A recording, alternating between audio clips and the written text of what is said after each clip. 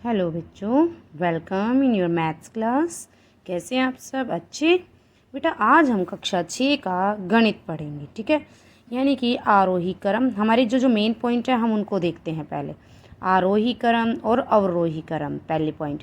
दूसरा, सबसे बड़ी संख्या, सबसे छोटी संख्या, स्थानीय मान, संख्याओं को पढ़ना और लिखना कि कैसे हम पढ़ेंगे और कैसे हम लिखेंगे उनको, किस रूप में, भारतीय संख्या पद्धति और अंतर्राष्ट्रीय संख्या पद्धति, इन दोनों में कैसे पढ़ेंगे। ठीक है, तो देखो सबसे पहला ये पॉइंट हम आज अपने टॉपिक अपने पीरियड में क्लियर करेंगे। आरोही क्रम और अवरोही क्रम।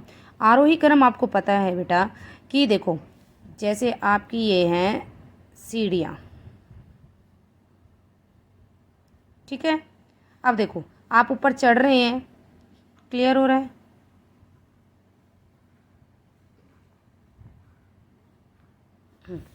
देखो आप ऊपर चढ़ रहे हैं तो 1 2 3 4 5 और 6, जैसे कि चढ़ गए, यानी कि सबसे छोटी संख्या से लेकर के आप ऊपर बड़ी संख्या में जा रहे हैं, तो यह आपका कहलाएगा बेटा आरोही क्रम। हमने अपनी पिछली वीडियो में संख्याओं के बारे में जान लिया था। अब आता है अवरोही। आप सीढ़ियों से उतर रहे हैं तो 6 5 4 3 2 और 1, यानी कि आप इसमें क्या किया आपने, आप नीचे उतर रहे हैं बड़ी संख्या से लेकर के छोटी संख्या में, तो यह आपका बेटा क्या कहलाएगा, अवरोही क्रम। आप कोई भी संख्या ले सकते हैं, आप ऊपर से नीचे बना। आप जैसे आरोही क्रम में लिखेंगे तो आप क्या लिखेंगे, 1 2 3 4 5 6 एटसेट्रा। ठीक है, अगर आप अवरोही क्रम में लिखेंगे तो कैसे लिखेंगे बेटा, 6 5 4 3 2 और 1।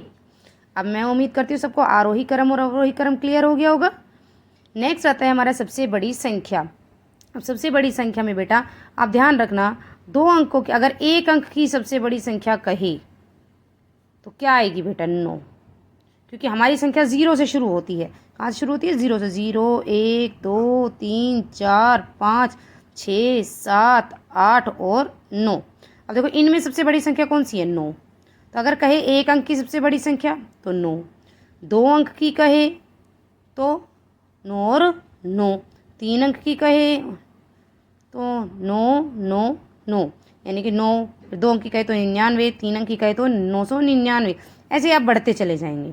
ठीक है, और अगर कहे जो 1 अंक की सबसे बड़ी संख्या है, अगर उसमें हम 1 अंक जोड़ दें तो यह 2 अंकों की छोटी संख्या बन जाती है।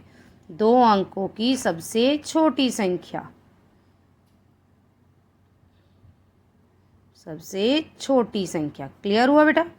अगर देखो 2 अंकों की सबसे बड़ी संख्या है, उसमें अगर हम 1 जोड़ दें तो 3 अंकों की सबसे छोटी संख्या बन जाती है।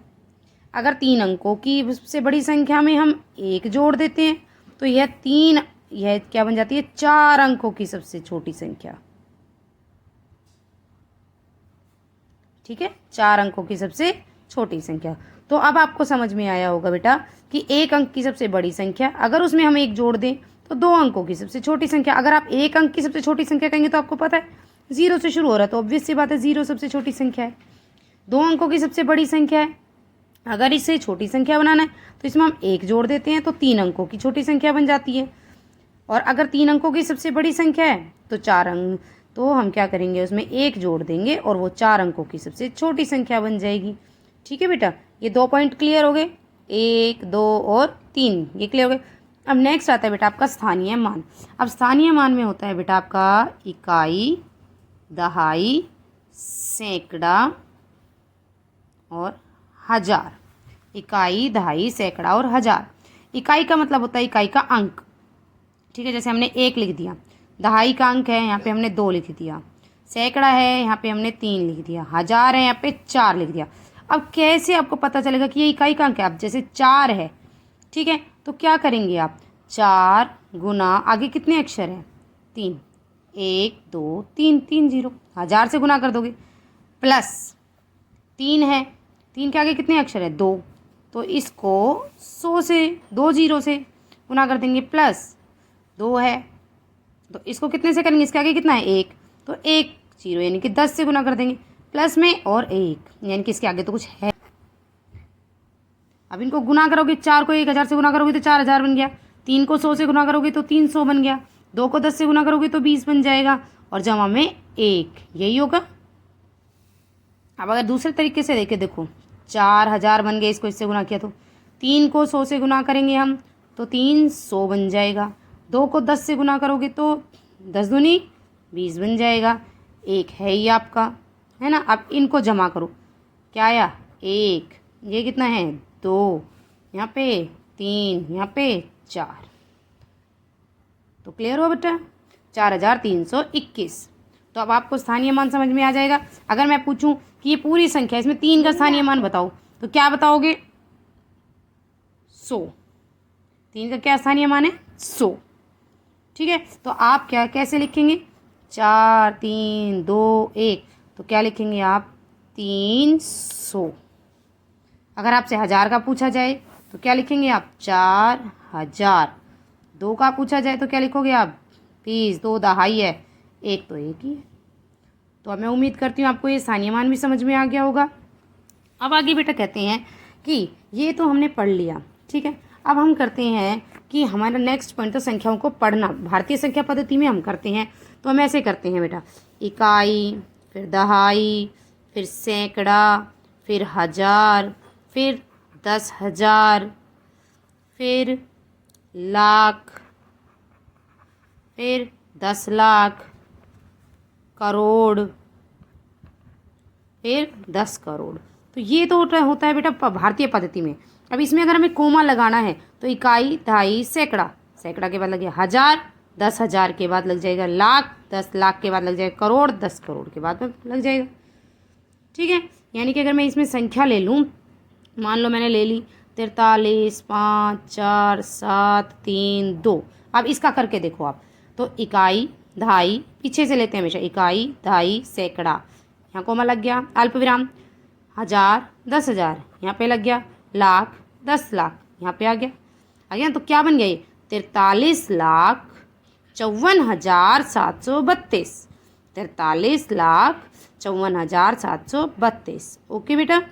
अब अगर हम अंतर्राष्ट्रीय सिस्टम में देखें तो उसमें क्या होता है आपका, इकाई, दहाई, सैकड़ा, 1000, 10,000, 100,000, ठीक है। और फिर उसके बाद लाख आ जाता है, तो लाख को बिलियन बोला जाता है, यानी कि मिलियन, बिलियन नहीं मिलियन बेटा, मिलियन बोल देंगे तो आगे आ जाएगा 1 मिलियन, फिर 2 मिलियन, फिर यानी कि 10 मिलियन, फिर 100 मिलियन, फिर आगे बिलियन में कन्वर्ट हो जाएगा 1, फिर 1000, ऐसे कन्वर्ट हो जाएंगे बेटा, ठीक है।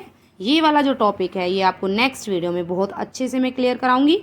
अभी आपको आज के 3-4 टॉपिक है, जैसे आरोही क्रम, अवरोही क्रम, बड़ी संख्या, छोटी संख्या, स्थानीय मान, संख्याओं को पढ़ना भारतीय संख्या पद्धति में, यह आपको करना है, ठीक है बेटा।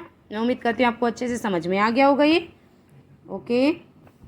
इसके बाद अगर आपको देखना है कि भाई आपकी संख्या पद्धति जो है, अंतर्राष्ट्रीय संख्या पद्धति जो है वो क्या है, तो अंतर्राष्ट्रीय संख्या पद्धति में आपकी में देखो, संख्यांकन को अंतर्राष्ट्रीय पद्धति में इकाई, दहाई, 100, 1000, आगे मिलियंस का प्रयोग किया गया है, ठीक है। हजारों और मिलियनों को प्रदर्शित करने के लिए अल्प विराम का प्रयोग किया गया है। अल्प विराम दाएं से बाएं तीसरे अंक के बाद आता है, ठीक है, उधर से तीसरे अंक के बाद आता है। पहला अल्प विराम हजारों को प्रदर्शित करता है, दूसरा अल्प विराम मिलियन को प्रदर्शित किया, यानी कि हमारे भारतीय सिस्टम में तो सैकड़े के बाद पहला आ जाता है, लेकिन अंतर्राष्ट्रीय सिस्टम में 1000 के बाद आता है, यार विराम हजारों के बाद, फिर दूसरा मिलियन के बाद, ठीक है। जैसे कि ये आगे 50, 800, 1, 592, तो इसको अंतर्राष्ट्रीय पद्धति में हम कैसे बोलेंगे 50। अगर हम अपनी भारतीय में देखें तो इकाई, दहाई, सैकड़ा, 1000, 10,000, लाख, 10 लाख, करोड़ बोलेंगे हम।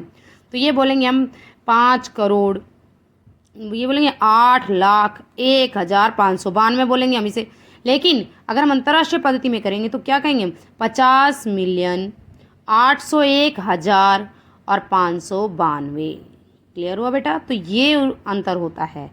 अब देखो जैसे कि यहाँ पे बताया 1 बिलियन जो होता है वो 1000 मिलियन के बराबर होता है। अब ये किस किस के बराबर कौन सा होता है यह मैं आपको बता देती हूँ, ये ध्यान से देखिए, हमारी प्रश्नावली 1.1 में है।